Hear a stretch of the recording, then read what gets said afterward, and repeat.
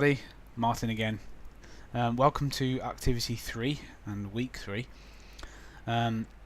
Hopefully by now you've kind of really solidified almost that idea that you might have, and obviously that will get even more solid and concrete when you come to the workshop and start to develop your proposal. But I think at this point it'd be good if you kind of had a really good idea about what you wanted to do in the area you want to explore and the methods by which you might explore them. This activity this week is really aimed towards thinking about method. So even though you might have that idea and you have an idea of what the method might be, this is to kind of bring you back to some of the things you might have done on the advanced research methods and data analysis part of the course, and to really get to think about what the methods might be for your dissertation.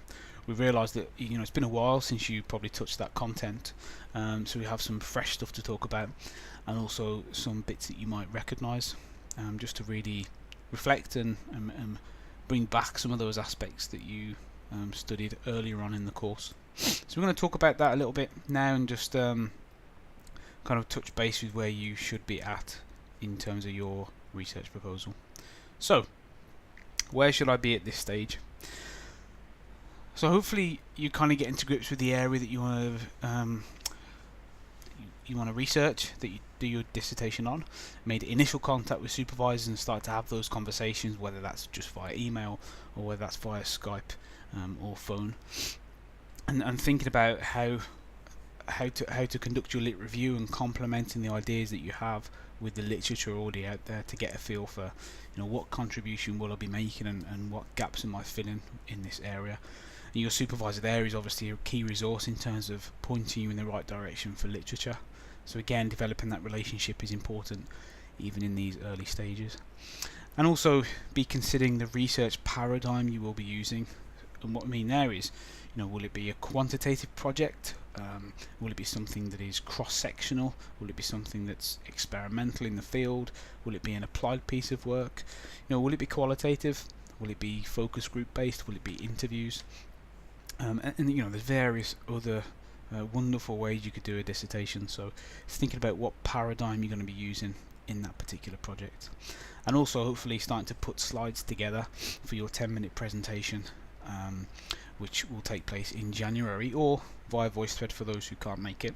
So that's pretty much where I think we should be at. Good idea of what you're doing. You've thought a little bit about the methods and the research paradigm or the research design, and you've started to develop some content for that 10-minute presentation.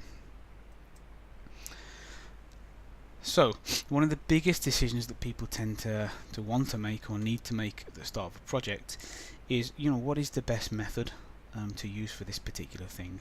And I certainly wouldn't let this drive your decision on what project to do. If you've struggled with stats in the past, then by not choosing it for your dissertation, all that you're doing is reinforcing that struggle and just avoiding something that you find challenging. A better approach is to look at the areas, think about what the idea is, and then figure out the best possible way to study it. The same goes for qualitative work. If you struggled with that in the past, or you've not done so well on that assignment on the research methods module, that isn't a reason not to choose a qualitative approach.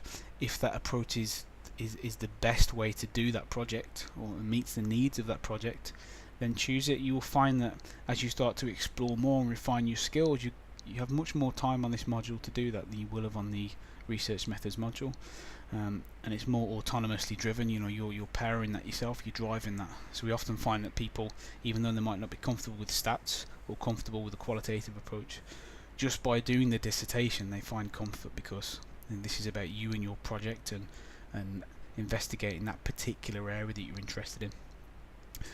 But not, alongside that, we have had people who've done mixed methods, so they've had a quantitative approach and they've supplemented that with a qualitative approach, and vice versa. So the idea is that you kind of base that decision on what the literature is telling you. How have these things been typically done? You're basing it on your particular skill set. By that, I think we mean that if your skill set is down a certain methodology, you're very good in the lab, and then think about what kind of lab stuff has been done in that area and how you could maybe do that. If you are very good at the applied side of things, then again an applied project might be suitable.